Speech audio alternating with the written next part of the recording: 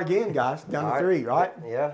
All right. So man, I guess we're at the point. I'm there. I'm now part of Bear Camp, BearTooth. Sorry, I don't know why I keep calling it Bear Camp. Part of BearTooth. I know what you mean, man. All right, man. So, and I knew this was coming because when I left, I didn't say anything. And again, this is probably the one regret I have on the show is how I left.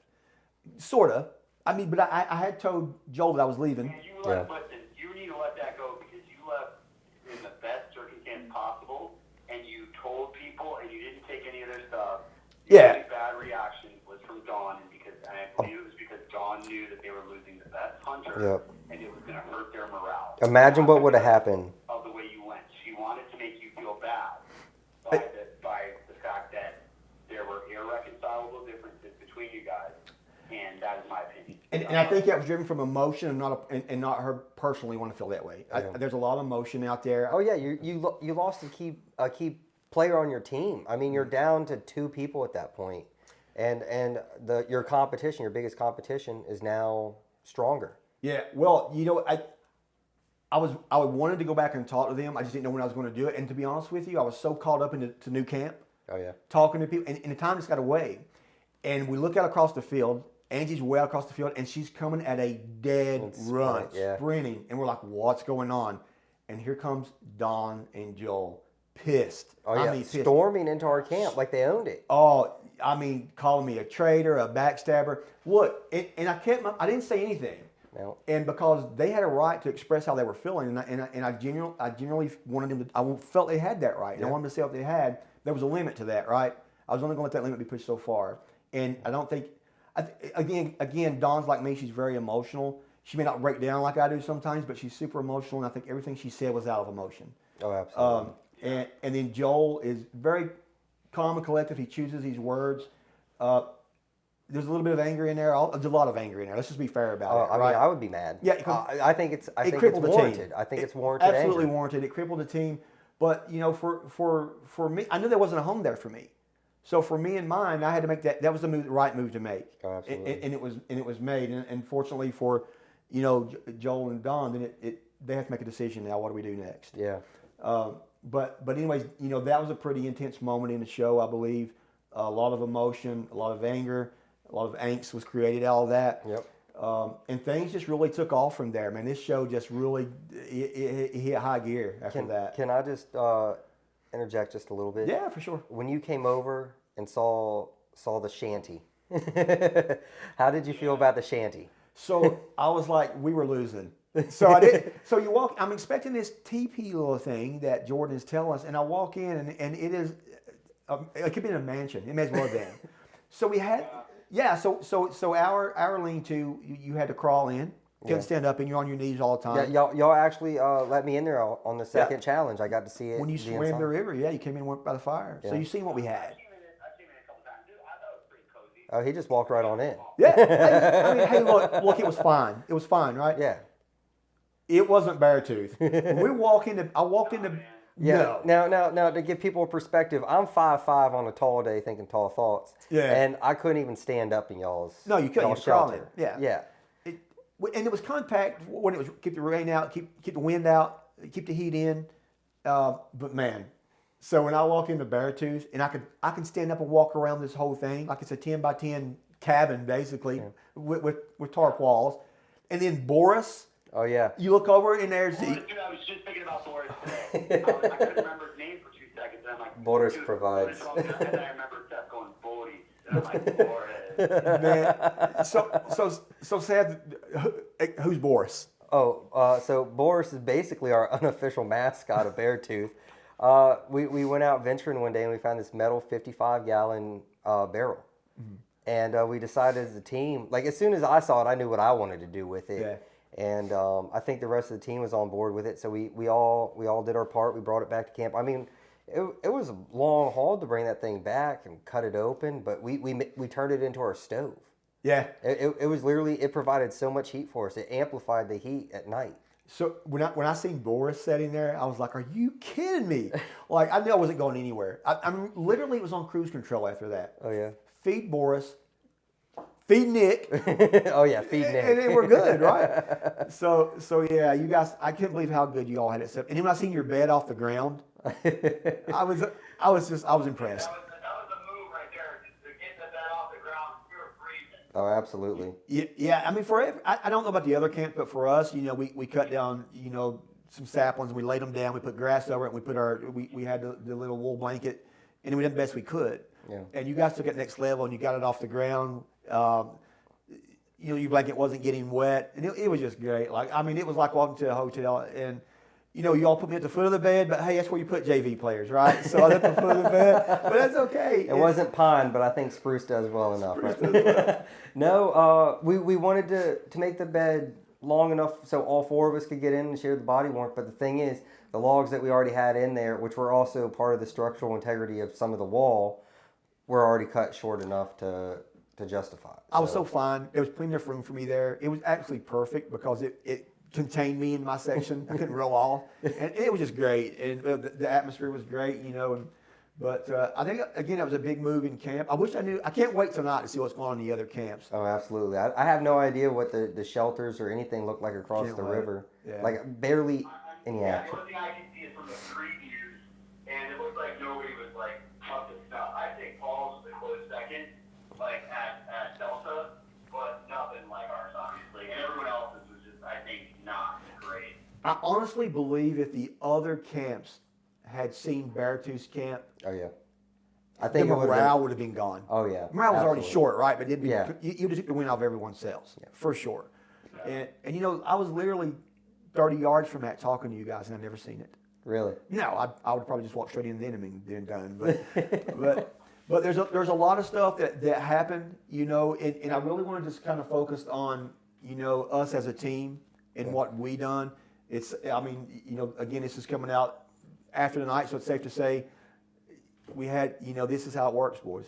This is how it works, boys. Yeah. So I just want to say I want to kind of get into what led to that, and Angie was a big part of that. Even after Angie left, we used her again, as I said earlier, as a driving factor. Oh yeah. I think the key for us is we each knew what the other guy's dream was and what we wanted to do with this. We knew each other's sacrifices. I know myself, I was playing for you guys as well as my own family, and I feel the same thing from Nick, you, and from Seth, you. I think we all were playing for each other. We had that unspoken. It was even spoken. I mean, when we walked out of there together, we're doing this as a team. And that was look, if I die, revive me. Don't tell the bear guard or whatever. Oh yeah. Don't let anyone know. Because I don't want to be sent home. Just hide me, and that was all of us. They actually got mad at us at one point, didn't they, Paul? Yeah. Now here's a testament to how tough Paul actually is. Paul, you actually had something medical going on out there, and you basically told us if you tell anybody, I'll kill you. So what was that? How about Paul passed the kidney stone? That's what we were talking about. So man, I struggle with staying hydrated anyways. Yeah. And then I started feeling this pain, and I've had him before, so I knew what was coming on. I knew his kidney stone was coming on. It could be bad, and I didn't want anything to take me out of this. I'll tell you how I felt about this. On day one, we each have a flare, right? Yeah. And they say, if you want to quit, you shoot your flare gun off. We'll be after you in a few hours. We'll get you out here. You know where my flare gun went? Day one. Where? I walked to the river and I tossed it in the river, and I said, I'm leaving here one of two ways: on a gurney or as a winner. I mean, technically, your flare went up in the air, though, right? For a minute. So, and I meant that. So when I had that kidney stone, it hurt. And we're It looked mic'd like up. it hurt. You were doubled over a couple times. So for 2 days, I didn't get out of bed, basically. Yeah. But I would take my mic off and cover it up because I didn't want anyone to hear me groaning and it hurting. And when it passed, I felt it come out. Yeah. I knew it was good. Yeah. But for 2 days, man, it was bad. Oh yeah, it was touch and go. And you played the show perfect with it too. You got up, you did whatever you had to do for whatever you needed to do, and I think we did a pretty good job at. Yeah, the thing was, if I pass out, don't tell anybody. Wake me up later, and we'll be fine. I think we all at heard Bernie's, it. right? Yeah. Without a doubt, the toughest people won.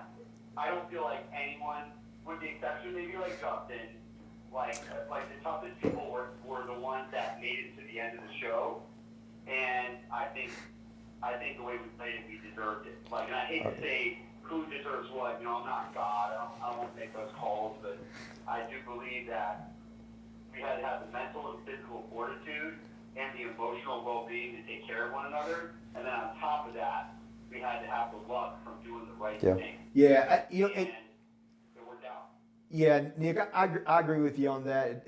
And not to take anything away from any other contestant on that show, I don't think there was one person out there that's just not just a badass. Oh, absolutely. Especially Everybody out there. I mean, you had to be unbelievably tough to even compete.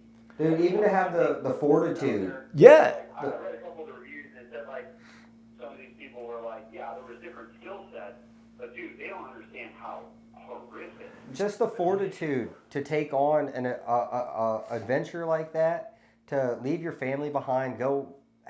I mean, it's basically halfway across the world for some of us, almost. Yeah. You know what I'm saying? Well, I mean, may as well be, right? May as well be. Yeah. I mean, I'm pretty far over toward the East Coast, and I don't know how many thousand miles away it is, but it's a lot. It's a lot. It's a lot. It's a higher number than I could probably count. We ain't walking it.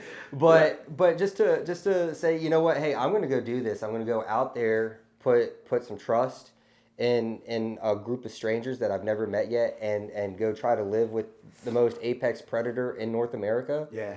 I think that takes a lot of testicular fortitude. For sure. And not being. Yeah. Hey, and look, we're spreading across both genders. Oh no, absolutely. Yeah. So you know, you had Justin, Jill, and Amber on that other side. That's as hard as you get. Oh yeah. Yeah. I mean, we all play this a little differently. Like you're talking about skill sets.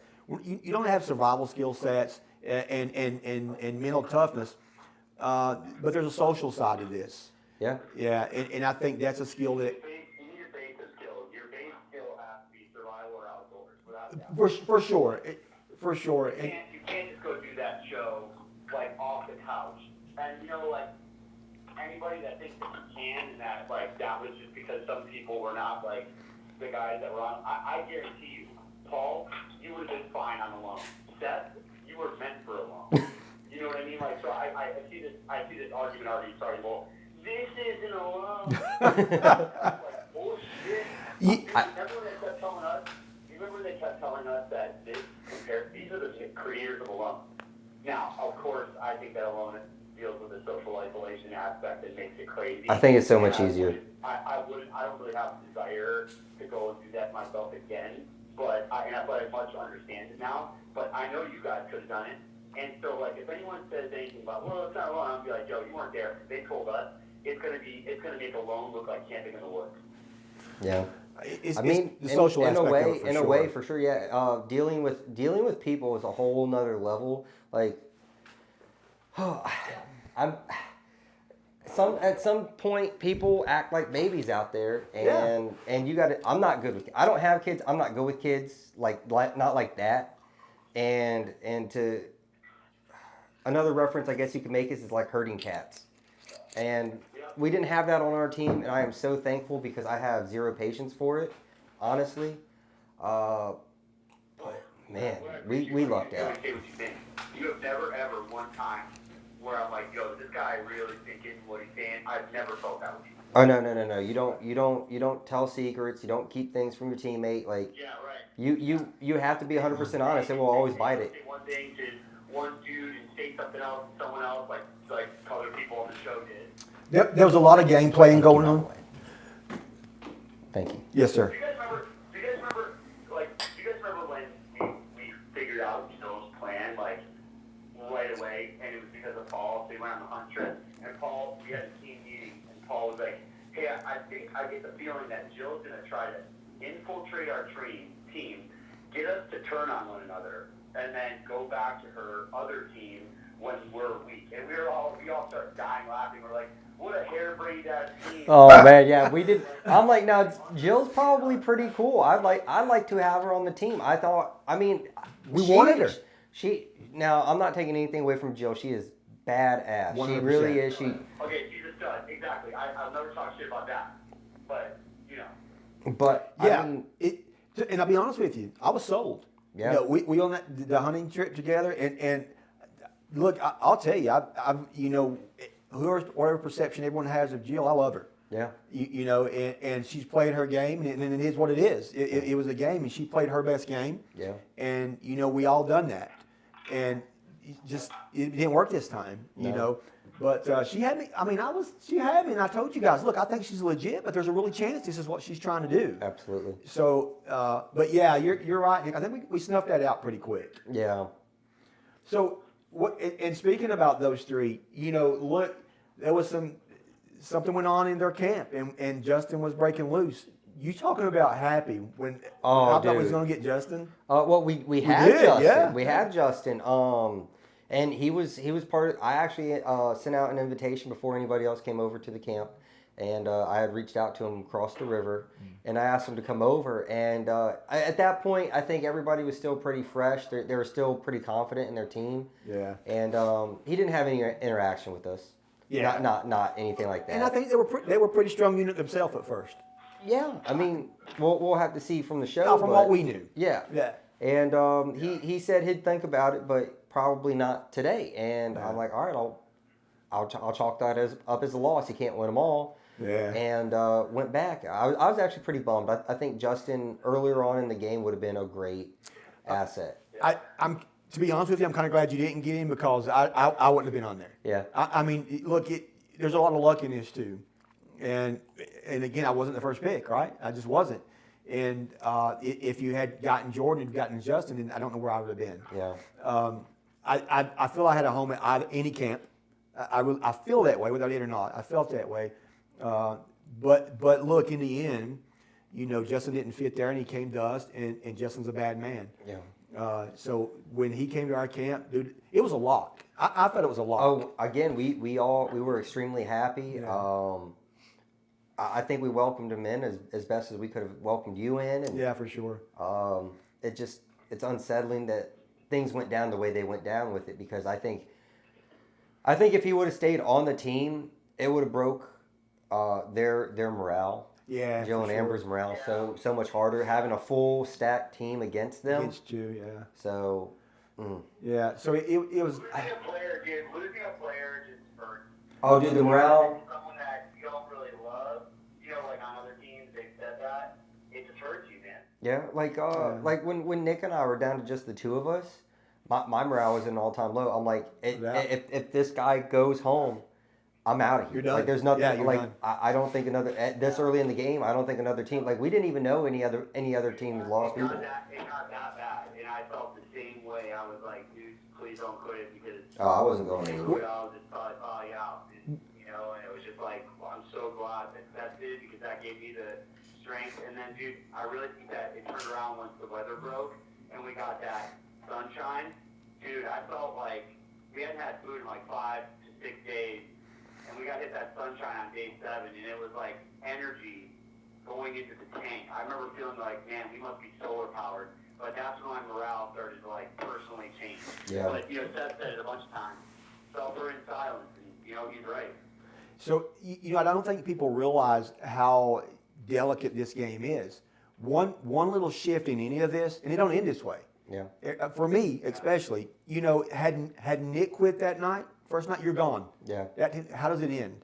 If Jordan or you know or Justin had came to you, how does that end? Absolutely. Like if we could have talked to one of the girls that coming across the river, how does that end? Yeah. Like everything, the stars just have to align. You know, as much as I want to say, you know, it ended the way it ended because of our skill set or because of how we handle social situations, a great deal of it did, for sure. But there's a lot of luck in there, too. Everything had to really just play out perfect. I mean, karma, too. For sure. I think the way everybody on our side of the river had the good karma at the end of the day. And I'm a firm believer in whatever you put into this world, you get out of it. Yeah. So 100%. We didn't play that game. We played with integrity. Yeah. And I'm not gonna say I'm not gonna sit here and say that I didn't do a little gamemanship, because I did. But I think I didn't do anything that I'd be ashamed for my father to see. And I mentioned this in the show that I want to play this game that my dad can watch this and won't be embarrassed by it, and that my girls can see later and won't be embarrassed by it. You know, and Joel asked when I Hey man, that is motivation. Like, I knew that my wrestlers were going to see this, that my kids are going to see this, and I'm like, my kids can't see their dad quit. Yeah, it's huge, man. Yeah. And it's like, that's not, can't happen. There was a comment made by one of the other contestants, and maybe it'll be on the show. I don't know. We'll see later. That Nick, you know, and again, it's psychological warfare, right? Yeah, so maybe they meant for us to hear that, and kudos to them if that's what they were trying to do, because it worked a little. It backfired kind of, because it was, you know, the statement was made that, hey, I think, you know, Paul and Nick. Because he has kids. Yeah, Nick and Paul. Like that. And dude, bro, Paul, when you, maybe it was you that told me that, Yeah. I lost my fucking mind. I was like, I will spend my last amount of energy to watch you die. And I don't mean like I want to see that. I'm like your team. Can I interject? Yeah, for sure. I'm going to make sure you lose, and I'm going to beat your ass in the final championship. Everything I got. I'm still just going crazy. Can I interject for a second? Sure. Go ahead. It is never a weak thing to do to leave your family to provide. I mean, I've done some jobs which are people's livelihoods, just not mine. Like in the Corps, you have to leave your family. I've done Highline, and you're talking about people traveling all over the country, living out of a camper, sometimes even a truck or whatever, a hotel, leaving their family. Paul, you work with people in the mining industry, coal. Nick, I know you know people that have sacrificed so much as traveling. This is no different. I mean, obviously, it's not on a career level scale, but you're leaving your family essentially. You're going on a hunting party, like you don't know if you're going to come back, and you're putting food on the table at the end of the day for your loved ones. Yeah, it's a huge sacrifice. You know, it's probably the greatest sacrifice, because you're separate. Because we had no communication with the outside world. Yeah. We didn't know what our kids were doing. We didn't know what our wives were doing. We didn't know what was going on in the world. We were literally isolated. This isn't a show where at nighttime you went to a hotel and slept. We were in the bush. We were literally there by ourselves, and we were isolated from the world. So to say that, yeah, they're weak because they have kids, let's pick them off. For me, I'm like you, Nick. I took that personal. And we had an interview later. They said, how do you feel? I know you did. Yeah. Well, they said, how do you feel about that? And I think I'm a pretty level-headed guy, and I'm not very abrasive. And this is probably the worst thing I said on the show. I said, I would kill everyone on this show for my kids. Yeah. Absolutely. And I would expect you to. I would totally expect you to. That's not an That's exaggeration. the man I want to follow in the warfare, for sure. That's not an exaggeration. I meant it. You know, I passed a kidney stone. I froze. I was hungry. None of that bothered me. But you mentioned my kids, and I cried. So can we take this energy and put this energy toward that last challenge? Let's for sure. Well, so not only just this energy, but we also had the energy, like we're doing this for Angie. She's gone at this point. She made it today. She made it 26 days out there, right? Was it 26, Nick? You're kind of like the. It was very close. 26 days. 26 days. She made it like 26 days out there with us. So we came fresh off that loss pretty much, and we come And to then the we lose final. Justin. We get Justin for one. And we had Justin for one night, and then production basically came up to us and gave us a huge ultimatum. I don't know what we can say about that, but we don't know where it pays out. But right, we had to make a decision. Yeah, so we had to make a decision, and now we're going into the final challenge. Yeah. So we're going to this final challenge. We get the last drop, and it's like, hey, prepare for tomorrow. You got a big trip ahead. And Paul, do you think you can elaborate on what was going on with this trip? Yeah. So basically, you know, there's two different teams. We get a drop. A helicopter comes over. It drops. We rush out here, and it's like tomorrow's the day. Basically, they didn't really tell us, but we just kind of knew, right? Yeah. So we kind of knew tomorrow was the last day of it, and basically they gave us a map. It was made in the 1940s, I believe, Nick, and that was it. And it was just landmarks, basically. Basic, super basic topo map. Not much to it. We don't even have a compass. No compass. And they're like, all right, so you know, this is what you have, and there's a raft somewhere, or the point is somewhere in the narrow straits you got to get to. Yeah. And dude, listen. I remember, before I forget, because Paul, you're jogging my memory. There was a spot where, like, I've done a lot of land nav, and I know that still has that. It's like part of my only. nav and wilderness nav. And even then, man, you could learn your whole life in that. Anyway, so we're looking at the map datum, and I'm thinking like in my head, all right, we're doing the scale, and like it's like an inches a mile, and we do like 4.5 inches. So we're like, all right, now like 4.5 miles, like all right, we can do this. Like it's gonna be hard. And then we both realize that it's sort of like, oh wait, it's just an Alaskan map. Alaskan maps are written at 1 to 63,000 scale, which means they're like roughly 3 times bigger. Yeah. Like 2/3 bigger than a regular 7.5 square map. When like 1,000 meters is like a mile.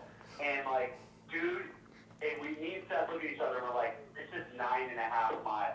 Yeah, when you pointed that out, literally, my heart sunk. Yeah. So I remember you had a lot of I wouldn't say doubt, but you had some worries. So I'm the eldest guy on the crew, right? And literally I'd lost 42 pounds at this point. Yeah.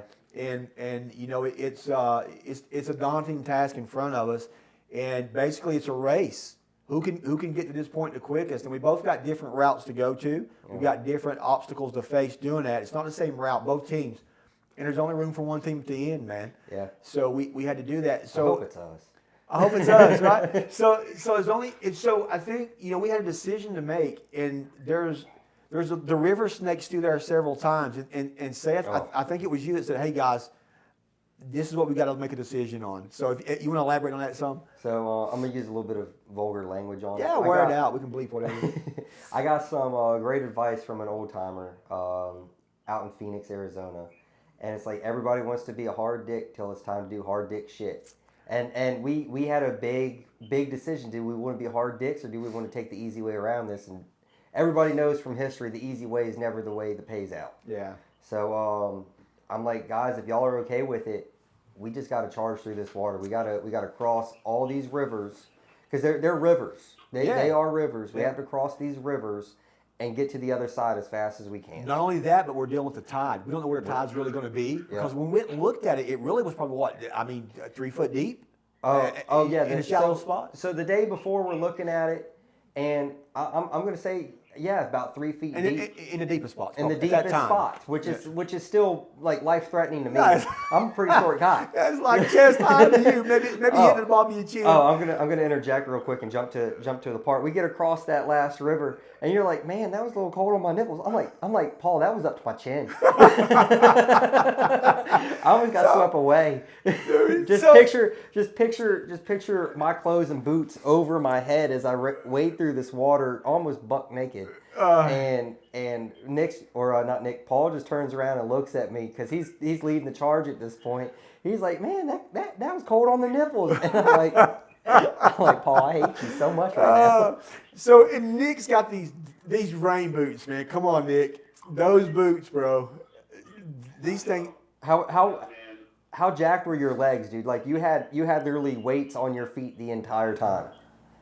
Like, dude, I don't even, dude, it was horrible. Like, it was just horrible. Like, I forgot about how horrible that was.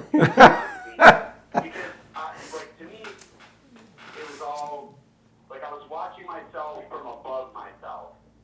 Like, have you guys ever heard of, like, third man syndrome? Yeah. Like, something that, like, yeah. Didn't you feel like you had that? So to be honest with you, Nick, I didn't feel much of anything. At that time, I was gone. Now, there's a very special spot in my head I go to when things suck. Yeah. Like, here's what I thought, right? I remember that there was, like, thinking there was a camera right behind me, and I kept looking behind me, and no one was behind me besides Paul, which just kept kind of hanging back a little bit. And I remember thinking to myself, like, dude, I feel like there's someone right behind me, like, and then, like, it was like I was watching myself sitting in a chair in the corner of my mind, like, watching myself, and I just kept saying the most cruel shit to myself. I'm like, you're gonna die right here, like, this is all you got, this is it. And then I would, like, find myself back walking, like, crying, like, sobbing, because I was mad that this is all I got. Like, I wasn't mad because I was, like, I was like, this is. Did you see that? No, dude, I'm in my special spot in my head right now. Like, the hate is fueling me. Nick, right? So you're in I hate the world zone. No.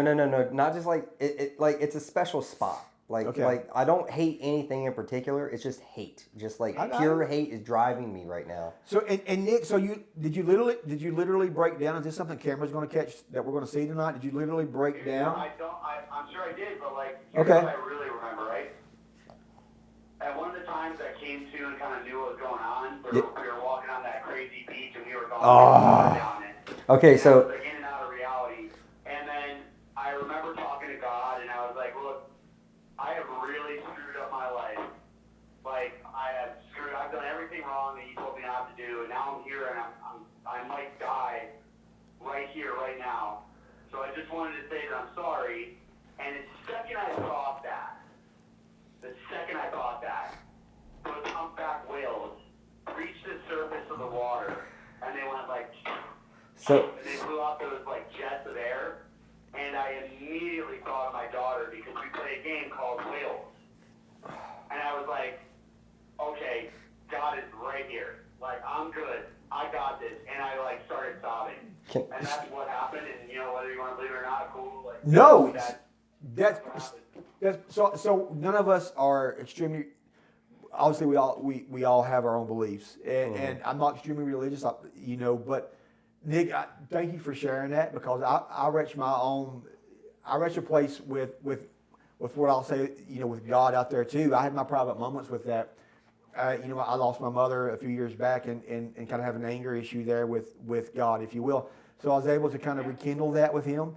And Nick, I had kind of a similar experience. But Seth, did you ever reach that point, or were you just? Sorry, guys. No, it's fine. The hate fire is strong, man. It's fine. No, it's great. But Nick, thank you for sharing that because like I was the same way for the first 4.5 miles. Like I was on it. Oh, dude, you set the pace. So can I rewind a little bit? Yeah, for sure. So I think I really wanted to cross the river. Yeah. All the rivers. There's rivers. Right. And how many crossings do we make? I think 7. There were 7 total. And I just want to touch on the fact that I said what I said, and then like we all like, hey, we'll just decide in the morning. We'll look at it, see what the tide's doing in the morning, and if obviously like this whole field gets flooded when the tide comes in. If that's the case, we're not doing anything. We have to go around. So we wake up, lowish tide is in. It's going out at this point. So we're like, all right, we got at least 45 minutes or so to cross. Right? I'm feeling like that's about the time Sorry, guys. So I remember waking up. We go up. We put on our smiles on our faces. We go out there, all bright-eyed and bushy-tailed in the morning. Production comes up, and I just remember Paul looking at it. Now we're starting the challenge. The challenge has started, and Paul just looks at me and he's like, hard dick shit, and he just takes off. He set the pace for the whole thing, and I'm thinking to myself, I'm like, damn, he's got some long legs. So, and just to add to that, so I'm the oldest son there, and we'd made a pact that night that because I'd thrown my flare away in the beginning of the show, I didn't have one, so they had to give us another, and we made a pact that if any of us were dragging the other down, and we seen the other team was close, we would flare out for each other, and we were done. Yeah. So, and we thought, well, I'm the oldest, so I'm going to set the pace right off. I'm going to set a pace. Dude, your pace was so crazy fast. Dude, I was gassed. I was gassed going through that swamp. I got injured trying to keep up. Well, I wish y'all had said something did? because I left nothing for the beach. Who got injured? Someone got injured? Dude, we got injured. He rolled his ankle, so there was one of the camera guys. I didn't know that. Because No. Paul's pace was so hard. Well, That guy couldn't keep up. He threw a hole and messed up his leg. Oh wow. wow. Well, I set a pace that I was comfortable with and I felt I could make. Yeah. And it was fine. If we had stayed in the marsh, if we'd stayed in the muskegs for the entirety of the thing, Oh no. done. I mean, I'd have blown it out of the water. No, I couldn't do it. I was high kneeing it the whole time. Kegs were fucking horrible. For me, that was the easiest part. Yeah, long legs. Well, then we breached out on the beach. Oh, and, dude.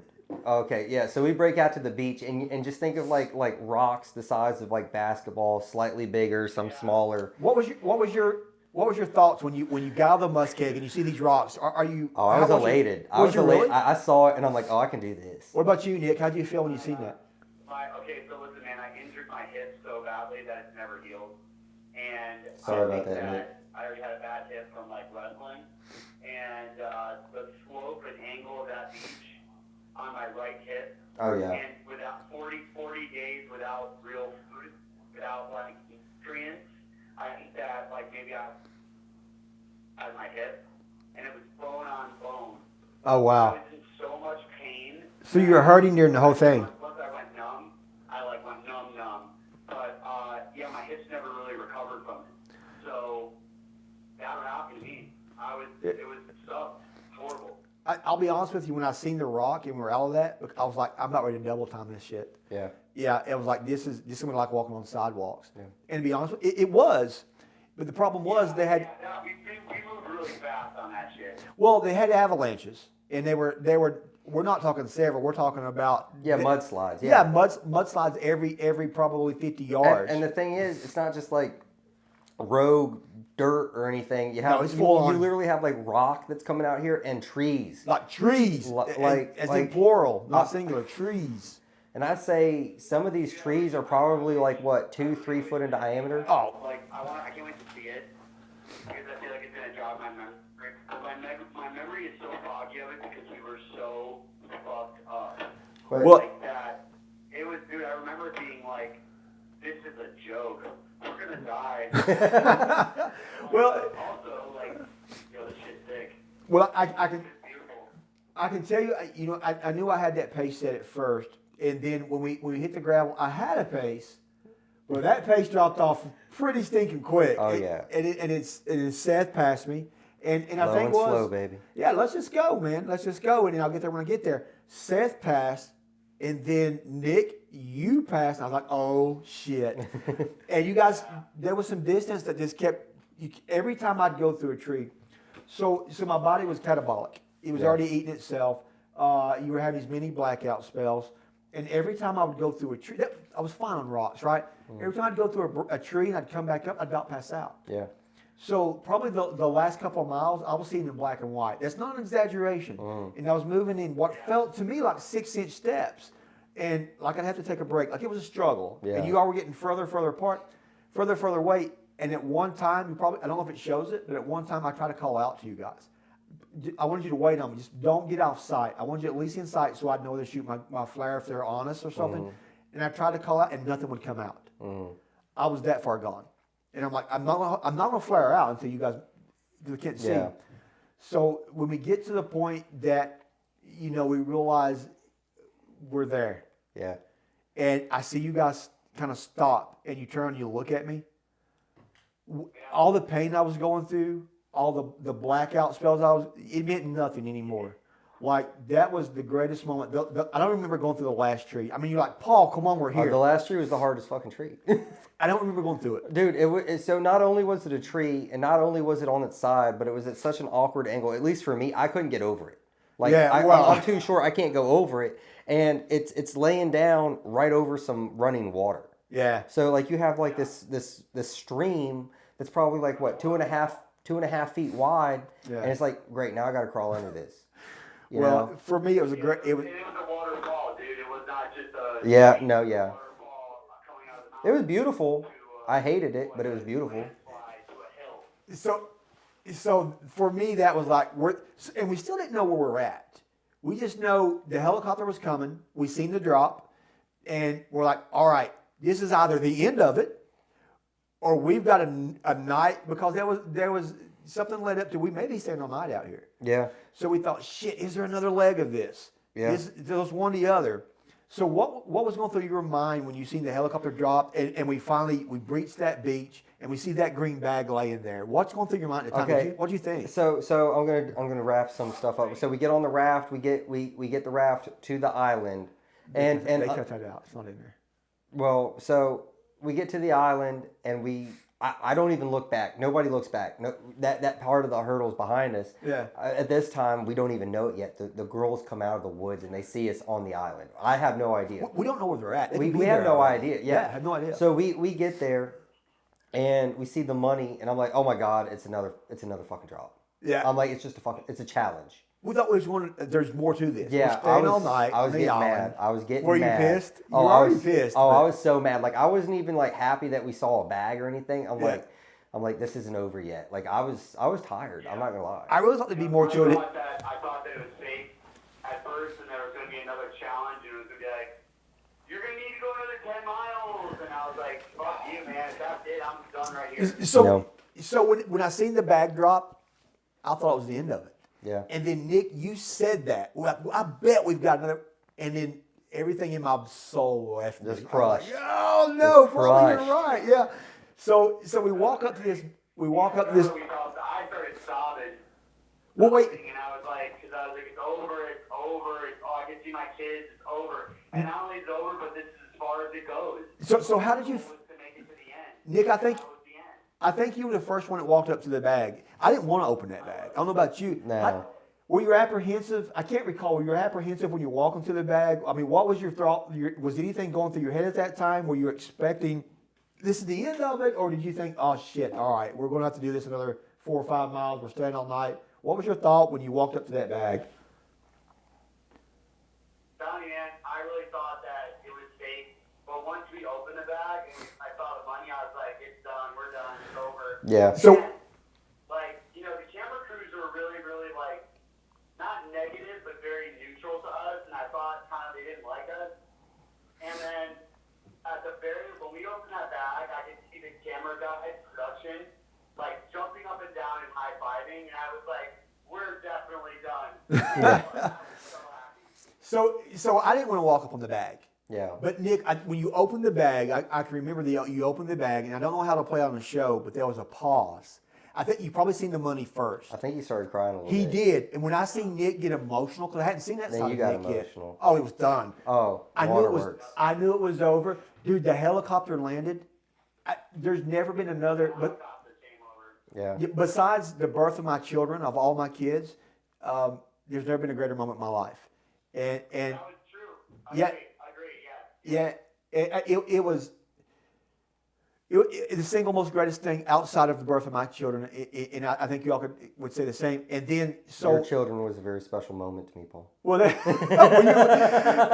if you're a part of that. So, but so that was a great moment. But we had a moment of silence when I think we were always kind of quiet when we did a flyover and we looked where we lived for the last 30 to 40 days. Yeah. And we got to take everything in. I mean, it really set in. It really kind of came. Just a lot of emotions came in. I was able to control them, thankfully, because I didn't. But anyways, it was just such a surreal moment, and it's still surreal. It is. And for the girls, by the time we take off, and we see the girls walking out, they were so close to that. Yeah. So I felt bad for them so bad. I was like, this could have hurt them. yeah, I can't imagine what they were feeling. I didn't want to win. I wanted to win, but I don't want anyone else to lose. Yeah, Not weird like that. right. And they played such a good game, and they were fierce competitors. And people are going to look at this show and they're going to form opinions of them. It's really not fair. Yeah. Everybody, unless you're out here doing this, it's really hard to say how you would have done that. Everyone had a gameplay. They played it, and it is what it is. In the end, this is the way it is, boys. This is what it is. That's how it works, boys. That's how it works, and it worked well for us. And I can say one thing. I'm. If it's going to be somebody, look, bro, and I agree. If it's going to be somebody, it's going to be us. Yeah. Well. I can tell you one thing. The money's great, right? It's great winning that money, and I'm so thankful for the opportunity to do this. If I had never won any money off this show, and just being able to say that, I consider you all family. So getting that out of this was just as probably more so special to me than winning the money. So I'm thankful for you guys. I'm glad, even though I was third choice, that I was able to finish this with you guys. I can't think of anybody else that want to be. Tom Brady wasn't drafted in the first round. That's right. I'm so happy. Yeah. Yeah. But I think Nick, we're gonna wrap it up, correct? Yeah. Yeah, that's cool. I'm almost to Dallas, so I'm going to meet this girl. So what's So, all right, man. So, look, Nick, thank you so much for taking time to call in. I know you're super busy with, you're running 2 different jobs, plus you're school teacher full time. Oh, dude, killing it. Yeah, so your hustle. Hey, listen, I know that when I guys. I know who knows how to work hard, and I know that you guys know what the grind is like, and that's another reason why I love you. So I appreciate you having me on. Yeah, man, thanks, Nick. Love you, brother. Seth, thanks for coming out. All right, brother, take care. Love you, Nick. Hey, we'll be up tonight watching the show, so feel free to give us a holler. All right, love you, brother. See you. Love you, bye. Man, so great show. Thanks for coming out. We had a great day today. We done a little bit of crazy stuff that will be on our, we got a YouTube coming out. So we'll have some stuff on that. Man, it's just great having you here. It's awesome. I appreciate being here. Thanks for the good whiskey. Yes, good sir. company. Thank you, sir. Thank you.